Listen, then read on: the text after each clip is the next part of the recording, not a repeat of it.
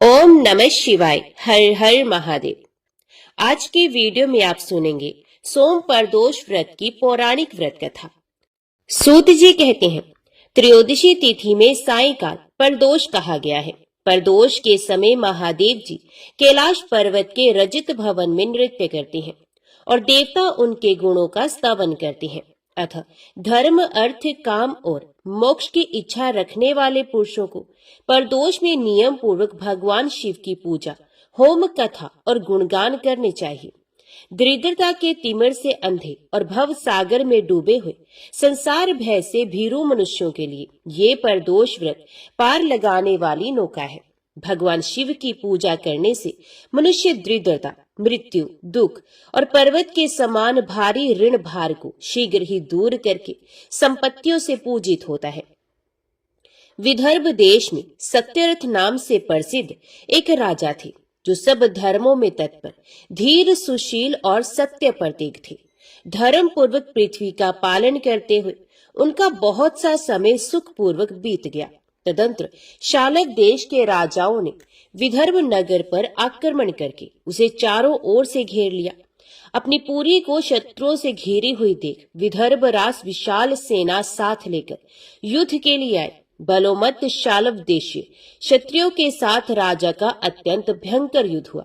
शाल्वों की बहुत बड़ी सेना मारी गई, परंतु अंत में विदर्भ राज भी उनके हाथ से मारे गए।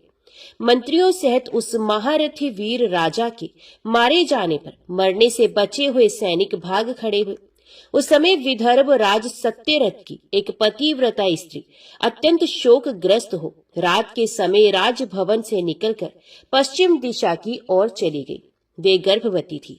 सवेरा होने पर धीरे धीरे मार्ग से जाती हुई उस साध्वी रानी ने बहुत दूर का रास्ता तय कर लेने के पश्चात एक स्वच्छ तालाब देखा और वे उसके किनारे शोभा पाने वाले एक छायादार वृक्ष के नीचे बैठ गई। भाग्यवश उसी निर्जन स्थान में वृक्ष के ही नीचे पतिव्रता रानी ने उत्तम गुणों से युक्त शुभ मुहूर्त में एक पुत्र को जन्म दिया। तत्पश्चात अत्यंत प्यास से व्याकुल हुई सुंदर अंगों वाली रानी जलाशय में उतरी। इतने में ही एक बड़े भारी ग्रह ने आकर उसे अपना ग्रास बना लिया। वे बालक पैदा होते ही माता पिता से हीन हो गया और भूख प्यास से पीड़ित हो उस सरोवर के किनारे जोर जोर से रोने लगा। वे नवजात शिशु जब इस प्रकार क्रंदन कर रहा था, उसी समय भाग्यवश वहां एक श्रेष्ठ ब्राह्मणी आ पहुंची। वे भी अपने 1 वर्ष के बालक को गोद में लिए हुए आई थी। ब्राह्मणी निर्धन और विधवा थी। घर घर भीख मांगकर जीवन निर्वाह करती थी। उसका नाम उमा था। उसी सती साध्वी ब्राह्मणी ने उस राजकुमार को देखा। उसे अनाथ की भांति क्रंदन करते देखकर उसके मन ही मन विचार किया, अहो, ये तो बड़े आश्चर्य की बात है। दिखाई दे रहा है कि ये नवजात शिशु जिसकी नाल भी अभी तक नहीं कटी यहाँ पड़ा हुआ है। इसकी माता कहाँ चली गई? ना इसका पिता है और ना कोई बंधु बांधव। ये दीन अनाथ बालक बिना बिस्तर के भूमि पर सो रहा है। ये चांडाल का पुत्र है या शूद्र का, वैश्य का बालक है या ब्राह्मण का, अथवा ये क्षत्रिय का शिशु है? इसका निश्चय कैसे किया जाए? मैं इस शिशु को उठाकर अपने सगे पुत्र की तरह अवश्य पालन कर सकती हूँ, परंतु ये किस कुल का है, ये ना जानने के कारण इसे छूने का साहस नहीं होता। ये पतिव्रता ब्राह्मणी जब इस प्रकार कह रही थी, उसी समय कोई सन्यासी महात्मा वहां आ गए। वे ऐसे जान पड़ते थे मानो साक्षात शंकर हो। उन श्रेष्ठ भिक्षु ने उस स्त्री से कहा, ब्राह्मणी, खेद ना करो, हृदय की संशय वृत्ति दूर कर इस बालक की रक्षा करो। इससे तुम्हें शीघ्र ही परम कल्याण की प्राप्ति होगी। इतना कहकर वे दयालु भिक्षु तुरंत वहां से चले गए। उनके जाने के बाद ब्राह्मणी ने विश्वास पूर्वक उस बालक को लेकर अपने घर की ओर प्रस्थान किया। उस राजकुमार का ब्राह्मणी ने अपने बेटे के समान ही पालन पोषण किया। एक चक्रा नामक नगर में उस ब्राह्मणी का घर था। ये भिक्षा के अन्न से ही अपने पुत्र और राजकुमार को भी पालने लगी। ब्राह्मणों ने ब्राह्मणी के तथा राजा के भी पुत्र का संस्कार कर दिया। वे दोनों सर्वत्र सम्मानित होकर दिन दिन बढ़ने लगे। समय आने पर उनका उपनयन संस्कार हुआ। वे दोनों बालक एक साथ रहकर नियमों का पालन करने लगे। दोनों माता के साथ प्रतिदिन भिक्षा के लिए जाते थे। एक दिन वे ब्राह्मणी उन दोनों बालकों के साथ भीख मांगती हुई देव योग से देव मंदिर में गई। वहां बड़े बूढ़े ऋषि मुनि रहा करते थे। उन दोनों बालकों को देखकर परम बुद्धिमान शांडिल्य नामक मुनि ने कहा, अहो, देव का बल बड़ा विचित्र है। कर्मों का उल्लंघन करना किसी भी जीव के लिए अत्यंत कठिन है। देखो ना, ये बालक दूसरी माता की शरण लेकर भिक्षा से जीवन निर्वाह करता है। इस ब्राह्मणी को ही श्रेष्ठ माता के रूप में पाकर ब्राह्मण बालक के साथ ब्राह्मण भाव को प्राप्त हो गया है। शांडिल्य मुनि का ये वचन सुनकर ब्राह्मणी को बड़ा विस्मय हुआ। उसने भरी सभा में मुनि को प्रणाम करके पूछा, ब्राह्मण, एक सन्यासी के कहने से मैं इस बालक को अपने घर ले आई हूँ। यद्यपि अभी तक इसके कुल का पता नहीं चला, तथापि मैं पुत्र की भांति इसका पालन पोषण करती हूँ। आप ज्ञान के नेत्रों से देखते हैं, अतः आपसे मैं ये जानना चाहती हूँ कि ये बालक किस कुल में उत्पन्न हुआ है और इसके माता पिता कौन है। तो मुनि कहने लगे, ये विदर्भ देश के राजा का पुत्र है। इतना कहकर मुनि ने उस बालक के पिता के युद्ध में मारे जाने तथा उसकी माता के ग्रह द्वारा ग्रस्त होने का सब समाचार पूर्ण रूप से बता दिया। ये सुनकर ब्राह्मणी को और भी आश्चर्य हुआ, तो उसने फिर प्रश्न किया, महामुनि, वे राजा संपूर्ण भोगों को छोड़कर युद्ध में क्यों मरे और इस बालक को दरिद्रता कैसे प्राप्त हुई? अब दरिद्रता को पूर्णतः नष्ट करके ये पुनः राज्य कैसे प्राप्त करेगा? मेरा ये पुत्र भी भिक्षा से ही जीवन निर्वाह करता है, तो इसकी दरिद्रता के निवारण का भी क्या कोई उपाय है? ये बताने की कृपा करें। शांडिल्य मुनि ने कहा, इस राजकुमार के पिता विदर्भ राज पूर्व जन्म में पांड्य देश के श्रेष्ठ राजा थे। ये सब धर्मों के ज्ञाता थे और संपूर्ण पृथ्वी का धर्म पूर्वक पालन करते थे। एक दिन प्रदोष काल में राजा भगवान शंकर का पूजन कर रहे थे और बड़ी भक्ति से त्रिलोकीनाथ महादेव जी की आराधना में संलग्न थे। उसी समय नगर में सब और बड़ा भारी कोलाहल मचा। उस उत्कट शब्द को सुनकर राजा ने बीच में ही भगवान शंकर की पूजा छोड़ दी और नगर में शोभ फैलने की आशंका से राजभवन से बाहर निकल गए। इसी समय राजा का महाबली मंत्री शत्रु को पकड़कर उनके समीप ले आया। वे शत्रु पांड्य राज का ही सामंत था। उसे देखकर राजा ने क्रोधपूर्वक उसका मस्तक कटवा दिया। शिव पूजा छोड़कर नियम को समाप्त किए बिना ही राजा ने रात में भोजन भी कर लिया। इसी प्रकार राजकुमार भी प्रदोष काल में शिवजी की पूजा किए बिना ही भोजन करके सो गया। वही राजा दूसरे जन्म में विदर्भ राजा हुआ।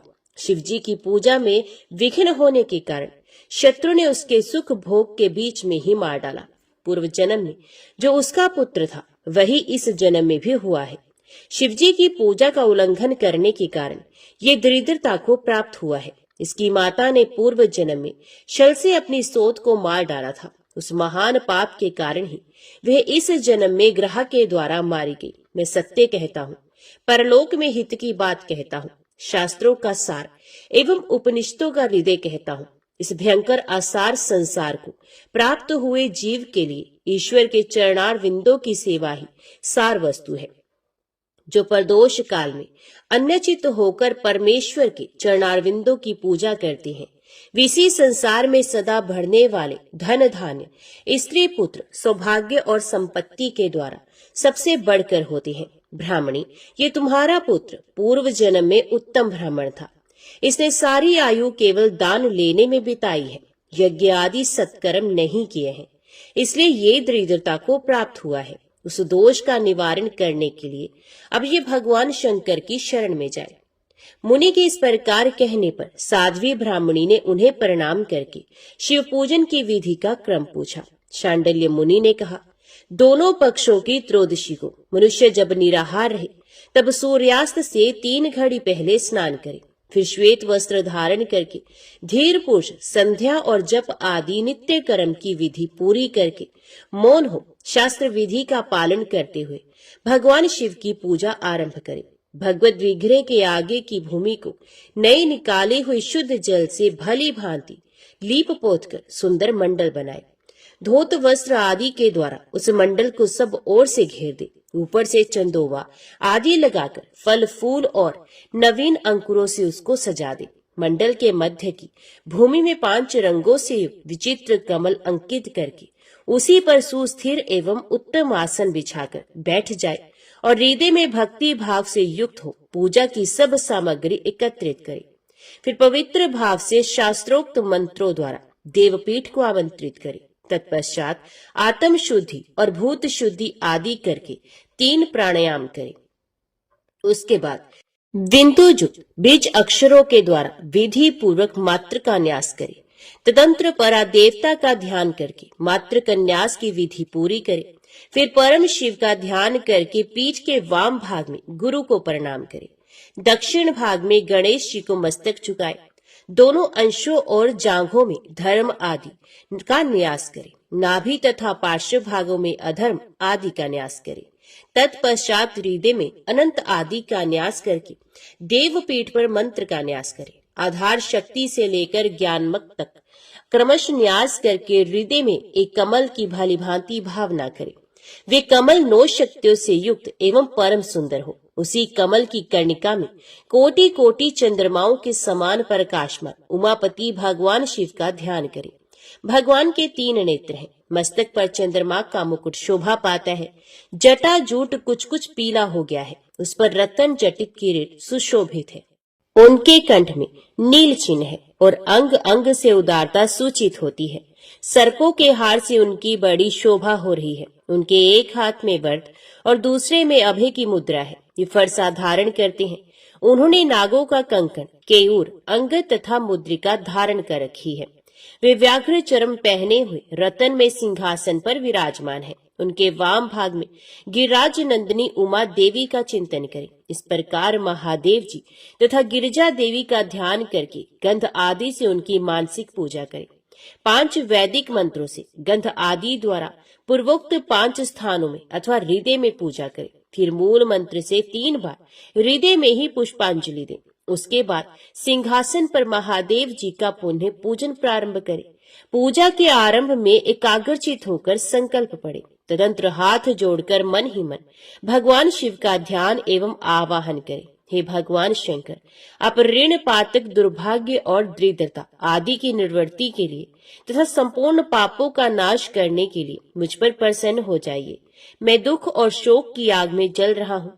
संसार भय से पीड़ित हूँ। अनेक प्रकार के रोगों से व्याकुल और दीन हूँ।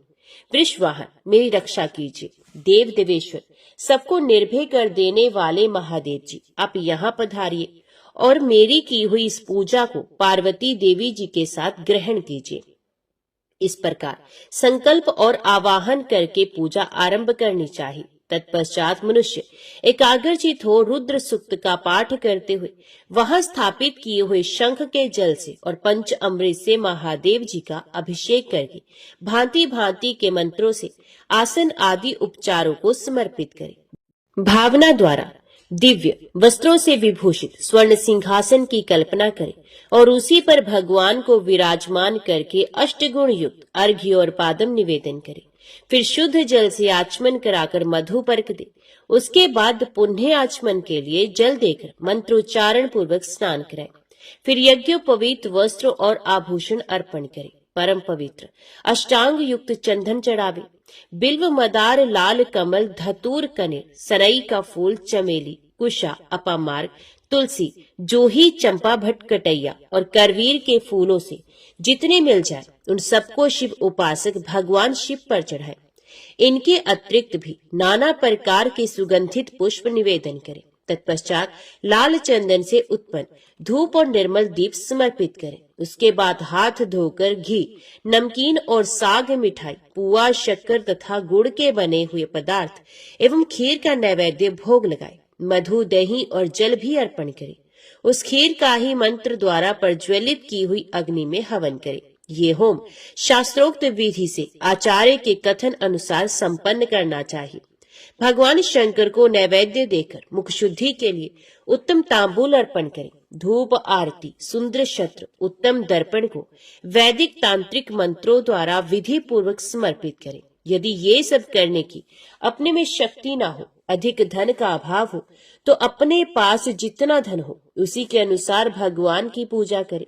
गौरीपति भगवान शंकर भक्ति पूर्वक भेंट किए हुए पुष्प मात्र से भी संतुष्ट हो जाते हैं। तदंतर स्तोत्रों द्वारा स्तुति करके भगवान को साष्टांग प्रणाम करें। फिर परिक्रमा करके पूजा समर्पित करने के पश्चात विधि पूर्वक श्री गिरजापति की प्रार्थना करें और कहें, हे देव, हे जगन्नाथ, आपकी जय हो। सनातन शंकर आपकी जय हो। संपूर्ण देवताओं के अधीश्वर आपकी जय हो। सर्वदेव पूजित आपकी जय हो। सर्वगुणातीत आपकी जय हो। सबको वर देने वाले प्रभु आपकी जय हो। नित्य आधार रहित अविनाशी विशंभर आपकी जय हो। जय हो। संपूर्ण विश्व के लिए एकमात्र जानने योग्य महेश्वर आपकी जय हो। नागराज वासुकी को आभूषण के रूप में धारण करने वाले प्रभु आपकी जय हो। गौरीपति आपकी जय हो। चंद्रशेखर शंभु आपकी जय हो। कोटि सूर्य के समान तेजस्वी शिव आपकी जय हो। अनंत गुणों के आश्रय आपकी जय हो। भयंकर नेत्रों वाले रुद्र आपकी जय हो। अचिंत्य निरंजन आपकी जय हो। नाथ दया सिंधु आपकी जय हो। भक्तों की पीड़ा का नाश करने वाले प्रभु आपकी जय हो। दुस्तर संसार सागर से पार उतारने वाले परमेश्वर आपकी जय हो। महादेव, मैं संसार के दुखों से पीड़ित एवं खिन्न हूँ, मुझ पर प्रसन्न हो। परमेश्वर, समस्त पापों के भय का अपहरण करके मेरी रक्षा कीजिए। मैं महान दारिद्र्य के समुद्र में डूबा हुआ हूँ। बड़े बड़े पापों ने मुझे आक्रांत कर लिया है। मैं महान शोक से नष्ट और बड़े बड़े रोगों से व्याकुल हूँ। सब ओर से तृण के भार से लदा हुआ हूँ। पाप कर्मों की आग में जल रहा हूँ और ग्रहों से पीड़ित हो रहा हूँ। शंकर, मुझ पर प्रसन्न हो जाइए। निर्धन मनुष्य इस प्रकार पूजा के अंत में भगवान गिरजापति की प्रार्थना करे। धनाढ्य अथवा राजा का इस प्रकार भगवान शंकर की प्रार्थना करनी चाहिए। हे शंकर जी, आपके प्रसाद से मेरे सदा आनंद रहे। मेरे राज्य में लुटेरे न रहे। सब लोग निरापद होकर रहें। पृथ्वी पर अकाल, महामारी आदि के संताप शांत हो जाए। सबकी खेती धन धान्य से समृद्ध हो। संपूर्ण दिशाओं में सुख का साम्राज्य छा जाए। इस प्रकार प्रदोष व्रत के दिन गिरजापति भगवान शंकर की आराधना करे। ब्राह्मणों को भोजन कराए और उन्हें दक्षिणा देकर संतुष्ट करे। इस प्रकार मैंने सब पापों का नाश, सब प्रकार की दरिद्रता का निवारण तथा समस्त मनोवांछित वस्तुओं का दान करने वाली शिव पूजा का वर्णन किया। ये शिव की पूजा शिवजी के द्रव्य का हरण करने के पाप को छोड़कर शेष सभी महापातकों और उपपातकों के महान समुदाय का नाश करती है। यदि ये दोनों बालक इसी प्रकार भगवान शंकर का पूजन प्रत्येक प्रदोष के दिन करते रहे तो वर्ष भर के भीतर ही इन्हें उत्तम सिद्धि की प्राप्ति होगी। शांडिल्य मुनि का वचन सुनकर उस ब्राह्मणी ने दोनों बालकों के साथ मुनि के चरणों में प्रणाम किया और इस प्रकार कहा, भगवान, आज मैं आपके दर्शन मात्र से कृतार्थ हो गई। ये दोनों बालक आज से आपकी शरण में है। ब्राह्मण, ये मेरा पुत्र है और इसका नाम शुचिव्रत है, और ये राजकुमार है जिसका नाम मैंने धर्मगुप्त रख दिया है। ये दोनों बालक और मैं सभी आपके चरणों के दास हैं। इस घोर दारिद्र्य सागर में घिरे हुए हम सबका आप ही उद्धार कीजिए। इस प्रकार शरण में आई हुई ब्राह्मणी को अमृत के समान मधुर वचनों द्वारा आश्वासन देकर मुनि ने उसके दोनों बालकों को भगवान शंकर के आराधन की मंत्र विद्या का उपदेश किया। तत्पश्चात दोनों बालक और ब्राह्मण मुनि की आज्ञा से वहां से चले गए। मुनिवर के उपदेश के अनुसार दोनों बालक प्रत्येक प्रदोष व्रत के दिन पार्वती वल्लभ शिव जी की आराधना करने लगे। इस प्रकार शिव पूजा करते हुए द्विज कुमार और राजकुमार के 4 महीने सुखपूर्वक बीत गए। एक दिन द्विज कुमार राजकुमार को साथ लिए बिना ही नदी के तट पर स्नान करने के लिए चले गया और वहां मौज से देर तक इधर उधर घूमता रहा। वह झरने के जल से आघात से खाई की भूमि कट जाने से उसमें गड़ा हुआ एक बड़ा भारी खजाने का कलश चमक रहा था, जिस पर ब्राह्मण कुमार की दृष्टि पड़ी। उसे देखकर वे सहसा हर्ष और कौतूहल में भरकर उसके समीप गया और उसे देवता के प्रसाद से प्राप्त हुआ मानकर सर पर लेकर घर को चल दिया तथा घर के भीतर उस घड़े को रखकर माता से कहा, माँ, ये भगवान शंकर का प्रसाद तो देखो। उन्होंने दया करके घड़े के रूप में ये खजाना दिखला दिया। तब उस पतिव्रता ब्राह्मणी ने राजकुमार को भी बुलाकर कहा, पुत्रो, इस खजाने के घड़े को तुम दोनों आपस में बराबर बराबर बांट लो। माता की बात को सुनकर ब्राह्मण के पुत्र को प्रसन्नता हुई, किंतु राजपुत्र ने उनसे कहा, माँ, ये तुम्हारे ही पुत्र के पुण्य से प्राप्त हुआ है, अतः मैं इस खजाने को बांटकर लेना नहीं चाहता। अपने पुण्य से प्राप्त हुए खजाने का ये स्वयं ही उपभोग करे, वे ही भगवान शंकर मुझ पर भी कृपा करेंगे। इस प्रकार प्रसन्नता पूर्वक भगवान शंकर की पूजा करते हुए उन दोनों कुमारों का उसी घर में 1 वर्ष व्यतीत हो गया। एक दिन राजकुमार उस ब्राह्मण कुमार के साथ वसंत ऋतु में वन में भ्रमण करने के लिए गया।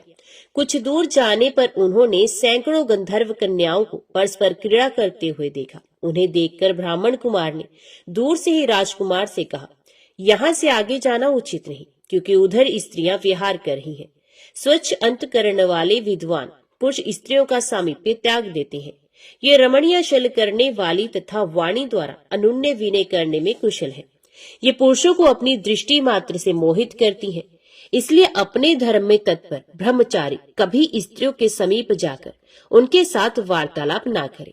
ऐसा कहकर ब्राह्मण कुमार लौट पड़ा और दूर जाकर खड़ा हो गया, किंतु राजकुमार अकेला ही निर्भय होकर स्त्रियों की उस क्रीड़ा स्थली की ओर चला गया। उन गंधर्व कन्याओं में से एक ने राजकुमार को आते देख मन ही मन कुछ विचार किया और सखियों से कहा, सहेलियों, यहाँ से थोड़ी ही दूर पर एक उत्तम वन है, जहाँ विचित्र चंपा, अशोक, पुन्नाग और वकुल आदि वृक्ष खिले हुए हैं। वहां जाकर तुम सब लोग फूल तोड़ो, तब तक मैं यहाँ बैठी हूँ। तुम फूलों का संग्रह करके पुनः यहाँ आ जाना। उसके इस प्रकार आदेश देने पर सखियां वन के भीतर चली गई और वे गंधर्व कन्या राजकुमार पर दृष्टि लगाए वहीं खड़ी रही। उसे देखकर राजकुमार कामदेव के बाणों से पीड़ित हो गया। गंधर्व कन्या ने अपने पास आए हुए राजकुमार को बैठने के लिए कोमल पल्लवों का आसन दिया और पूछा, कमल नयन, तुम कौन हो, किस देश से यहाँ आए हो और किसके पुत्र हो? इस प्रकार पूछने पर राजकुमार ने अपना पूरा परिचय बताया। मैं विदर्भ राज का पुत्र हूँ। मेरे माता पिता बचपन में ही मर गए हैं। शत्रुओं ने मेरे राज्य पर अधिकार जमा लिया है और मैं दूसरे के राज्य में गुजारा करता हूँ। ये सारी बातें बताकर राजकुमार ने उस गंधर्व कन्या से पूछा, सुंदरी, तुम कौन हो, यहाँ तुम्हारा क्या कार्य है और तुम किसकी पुत्री हो? उनके इस प्रकार पूछने पर कन्या ने कहा, महाराज कुमार, एक द्रविक नामक गंधर्व है जो समस्त गंधर्व कुल के अगुआ माने जाते हैं। मैं उन्हीं की पुत्री हूँ और मेरा नाम अंशुमति है। सब सखियों को छोड़कर मैं यहाँ अकेली हूँ। मैं तुम्हारी अभिलाषा जानती हूँ। तुम्हारा मन मुझ में आसक्त हो गया है। इसी प्रकार देव ने मेरे मन में भी तुम्हारे लिए उत्कंठा भर दी है। अब हम दोनों का स्नेह कभी भंग नहीं होना चाहिए। ऐसा कहकर गंधर्व कुमारी ने शीघ्र ही अपने गले से मोती का हार निकालकर प्रेम पूर्वक राजकुमार को भेंट किया। उस अद्भुत हार को देखकर राजकुमार ने पूछा, भीरू, मैं एक बात कहता हूँ, मैं राज्यहीन और निर्धन हूँ। तुम मेरी प्रिया कैसे होना चाहती हो? मूर्ख स्त्री की भांति पिता की आज्ञा का उल्लंघन करके अपनी इच्छा के अनुसार आचरण क्यों करती हो? ये सुनकर गंधर्व कन्या ने कहा, प्रियतम, आपका कहना ठीक है। मैं पिता की आज्ञा के विरुद्ध नहीं जाऊंगी। आप इस समय घर को पधारे और परसों प्रातः काल पुनः यहीं दर्शन दीजिए। आपसे कुछ हमारा कार्य है। इतना कहकर वे गंधर्व कन्या अपनी सखियों के आ जाने से उनके साथ चली गई और राजकुमार भी हर्षपूर्वक ब्राह्मण कुमार के समीप लौट आया। उसने द्विज पुत्र से सब बातें बताई और उसके साथ घर को प्रस्थान किया। वहां पतिव्रता ब्राह्मणी को भी ये शुभ समाचार सुनाकर राजकुमार ने प्रसन्न किया तथा पूर्व निश्चित समय आने पर वे पुण्य द्विज पुत्र के साथ वन में गया। नियत स्थान पर पहुंचकर राजकुमार ने देखा गंधर्व राज और उनकी कन्या दोनों उपस्थित हैं। गंधर्व राज ने वहां आए हुए दोनों कुमारों का अभिनंदन किया और सुंदर आसन पर बैठाकर राजपुत्र से कहा, विदर्भ राजकुमार, मैं कल कैलाश पर्वत पर गया था। वहां मैंने पार्वती जी के साथ महादेव जी के दर्शन किए। देवेश्वर भगवान शिव करुणा रूपी अमृत के सागर है। उन्होंने मुझे बुलाकर सब देवताओं के समीप इस प्रकार कहा, पृथ्वी तल पर धर्मगुप्त नाम से प्रसिद्ध एक राजकुमार है जो इस समय अकिंचन है। उसका राज्य छिन गया है। शत्रुओं ने उसके देश को अपने अधिकार में कर लिया है। अब ये बालक अपने गुरु की आज्ञा से सदा मेरी आराधना में संलग्न रहता है। उसी के प्रभाव से आज उसके समस्त पितृ मेरे स्वरूप को प्राप्त हो गए हैं। गंधर्व श्रेष्ठ, तुम भी उस राजकुमार की सहायता करो। अब वे शत्रुओं को मारकर अपने राज्य सिंहासन पर आसीन हो जाएगा। महादेव जी के इस प्रकार आज्ञा देने पर मैं अपने घर को आया। यहाँ इस मेरी कन्या ने भी तुम्हारे लिए बहुत प्रार्थना की। ये सब परम दयालु भगवान शिव की प्रेरणा से ही हो रहा है। ऐसा समझकर मैं इस कन्या को साथ लेकर आया हूँ तथा अपनी पुत्री अंशुमति को मैं तुम्हें पत्नी रूप में देता हूँ और भगवान शिव जी की आज्ञा से शत्रुओं को मारकर तुम्हें तुम्हारे राज्य पर बिठाऊंगा। अपने उस नगर में तुम अपनी इस धर्म पत्नी के साथ 10,000 वर्षों तक मनोवांछित सुख भोगकर अंत में भगवान शिव के लोक में जाओगे और वहां भी मेरी ये कन्या तुम्हारी ही सेवा में प्रस्तुत रहेगी। इस प्रकार कहकर गंधर्व राज ने उसी वन में राजकुमार के साथ अपनी पुत्री का विवाह कर दिया और दहेज में परम उज्ज्वल रत्न भार भेंट किए। चंद्रमा के समान चमकीली चूड़ामणि तथा दमकते हुए मोतियों के मनोहर हार दिए। दिव्याभूषण वस्त्र, स्वर्ण के बने हुए बहुत से सामान, 10,000 हाथी, 1,00,000 नीले घोड़े और हजारों सोने के बड़े बड़े रथ प्रदान किए। अंत में एक दिव्य रथ, इंद्र के धनुष के समान विशाल धनुष, सहस्रों अस्त्र शस्त्र, अक्षय बाणों से भरे हुए 2 तरकस, अभेद्य स्वर्णमय कवच तथा शत्रुओं का संहार करने वाली शक्ति समर्पित की। अपनी पुत्री की सेवा के लिए गंधर्वराज ने प्रसन्नचित होकर 5,000 दासियां दी। इतना ही नहीं, राजकुमार की सहायता के लिए उन्होंने अत्यंत उग्र गंधर्वों की चतुरंगणी सेना भी भेंट की। इस प्रकार परम उत्तम संपत्ति को पाकर राजकुमार अपनी मनोवांछित पत्नी के साथ बहुत प्रसन्न हुए। पुत्री का विवाह कराकर गंधर्वराज स्वर्गलोक में चले गए। धर्मगुप्त विवाह के अनंतर गंधर्वों की सेना के साथ अपने नगर को गए और वहां उन्होंने शत्रु सेना का संहार करके राजधानी में प्रवेश किया। तत्पश्चात श्रेष्ठ ब्राह्मणों और मंत्रियों ने मिलकर राजकुमार का अभिषेक किया और वे रत्नमय सिंहासन पर आरूढ़ होकर अकंटक राज्य का उपभोग करने लगे। जिस ब्राह्मण पत्नी ने उनका अपने पुत्र की भांति पालन किया था, वही उनकी माता हुई। वे द्विज कुमार ही भाई हुआ तथा गंधर्व राजकुमारी अंशुमति महारानी के पद पर प्रतिष्ठित हुई।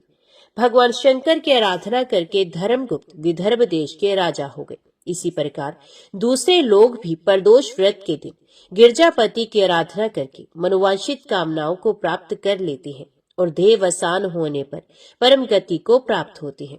सूत जी कहते हैं, जो प्रदोष व्रत के परम अद्भुत पुण्य में महात्म्य को उस व्रत के दिन शिव पूजन के पश्चात एकाग्रचित होकर सुनता अथवा पढ़ता है, उसे 100 जन्मों तक कभी दरिद्रता नहीं होती और अंत में वे ज्ञान के ऐश्वर्य से युक्त हो भगवान शंकर के परम धाम को प्राप्त होता है।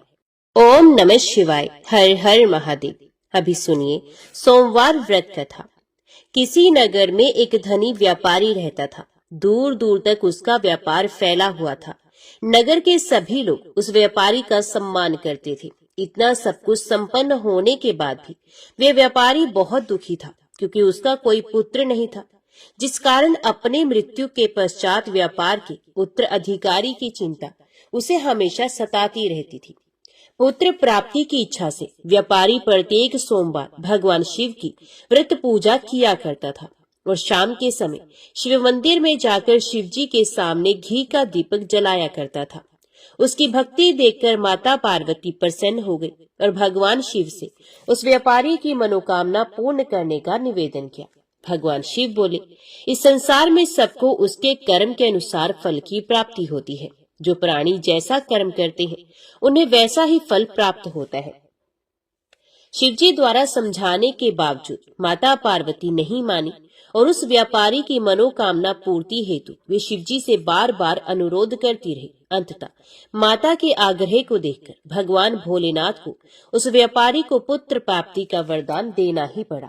वरदान देने के पश्चात भोलेनाथ माता पार्वती से बोले, आपके आग्रह करने पर मैंने पुत्र प्राप्ति का वरदान तो दे दिया, परंतु इसका पुत्र केवल 16 वर्ष से अधिक समय तक जीवित नहीं रहेगा। उसी रात भगवान शिव उस व्यापारी के स्वप्न में आए और उसे पुत्र प्राप्ति का वरदान दिया और उसके पुत्र के 16 वर्ष तक जीवित रहने की भी बात बताई। भगवान के वरदान से व्यापारी को खुशी तो हुई, लेकिन पुत्र की अल्प आयु की चिंता ने उस खुशी को नष्ट कर दिया। व्यापारी पहले की तरह सोमवार के दिन भगवान शिव का विधिवत व्रत करता रहा। कुछ महीनों के बाद उसके घर एक अति सुंदर बालक ने जन्म लिया और घर में खुशियां ही खुशियां भर गई। बहुत धूमधाम से पुत्र जन्म का समारोह मनाया गया, परंतु व्यापारी को पुत्र जन्म की अधिक खुशी नहीं हुई, क्योंकि उसे पुत्र की अल्प आयु के रहस्य का पता था। जब पुत्र 12 वर्ष का हुआ तो व्यापारी ने उसे उसके मामा के साथ पढ़ने के लिए वाराणसी भेज दिया। लड़का अपने मामा के साथ शिक्षा प्राप्ति हेतु चल दिया। रास्ते में जहाँ भी मामा भांजे विश्राम हेतु रुकते, वहीं यज्ञ करते और ब्राह्मणों को भोजन कराते। लंबी यात्रा के बाद मामा भांजे एक नगर में पहुंचे। उस दिन नगर के राजा की कन्या का विवाह था, जिस कारण पूरे नगर को सजाया गया था। निश्चित समय पर बारात आ गई, लेकिन वर का पिता अपने बेटे के एक आंख से काने होने के कारण बहुत चिंतित था। उसे भय था कि इस बात का पता चलने पर कहीं राजा विवाह से इनकार न कर दे, इससे उसकी बदनामी भी होगी। जब वर के पिता ने व्यापारी के पुत्र को देखा तो उसके मस्तिष्क में एक विचार आया। उसने सोचा, क्यों न इस लड़के को दूल्हा बनाकर राजकुमार से विवाह करा दूं। विवाह के बाद उसको धन देकर विदा कर दूंगा और राजकुमारी को अपने नगर ले जाऊंगा। वर के पिता ने लड़के के मामा से इस संबंध में बात की। मामा ने धन मिलने के लालच में वर के पिता की बात स्वीकार कर ली। लड़के को दूल्हे का वस्त्र पहनाकर राजकुमारी से विवाह करा दिया गया। राजा ने बहुत सारा धन देकर राजकुमारी को विदा किया। शादी के बाद लड़का जब राजकुमारी के साथ लौट रहा था तो वे सच नहीं छिपा सका और उसने राजकुमारी की ओढ़नी पर लिख दिया, राजकुमारी, तुम्हारा विवाह मेरे साथ हुआ है। मैं तो वाराणसी पढ़ने के लिए जा रहा हूँ और अब तुम्हें जिस नवयुवक की पत्नी बनना पड़ेगा वे एक आंख से काना है। जब राजकुमारी ने अपनी ओढ़नी पर लिखा हुआ पढ़ा तो उसने काने लड़के के साथ जाने से इनकार कर दिया। राजा को जब ये सब बातें पता चली तो उसने राजकुमारी को महल में ही रख लिया। उधर लड़का अपने मामा के साथ वाराणसी पहुंच गया और गुरुकुल में पढ़ना शुरू कर दिया। जब उसकी आयु 16 वर्ष की हुई तो उसने यज्ञ किया। यज्ञ की समाप्ति पर ब्राह्मणों को भोजन कराया, खूब अन्न वस्त्र दान किए। रात को वह अपने शयन कक्ष में सो गया। शिव के वरदान के अनुसार शयन अवस्था में ही उसके प्राण पखेरु उड़ गए। सूर्योदय पर मामा मृत भांजे को देखकर रोने पीटने लगा। आसपास के लोग भी एकत्रित होकर दुख प्रकट करने लगे। लड़के के मामा के रोने विलाप करने के स्वर समीप से गुजरते हुए भगवान शिव और माता पार्वती जी ने भी सुने। माता पार्वती ने भगवान शिव से कहा, प्राणनाथ, मुझे इसके रोने के स्वर सहन नहीं हो रहे हैं। आप इस व्यक्ति के कष्ट को अवश्य दूर करें। भगवान शिव ने माता पार्वती के साथ अदृश्य रूप में समीप जाकर देखा तो भोलेनाथ माता पार्वती से बोले, ये तो उसी व्यापारी का पुत्र है जिसे मैंने 16 वर्ष की आयु का वरदान दिया था। इसकी आयु पूरी हो गई है।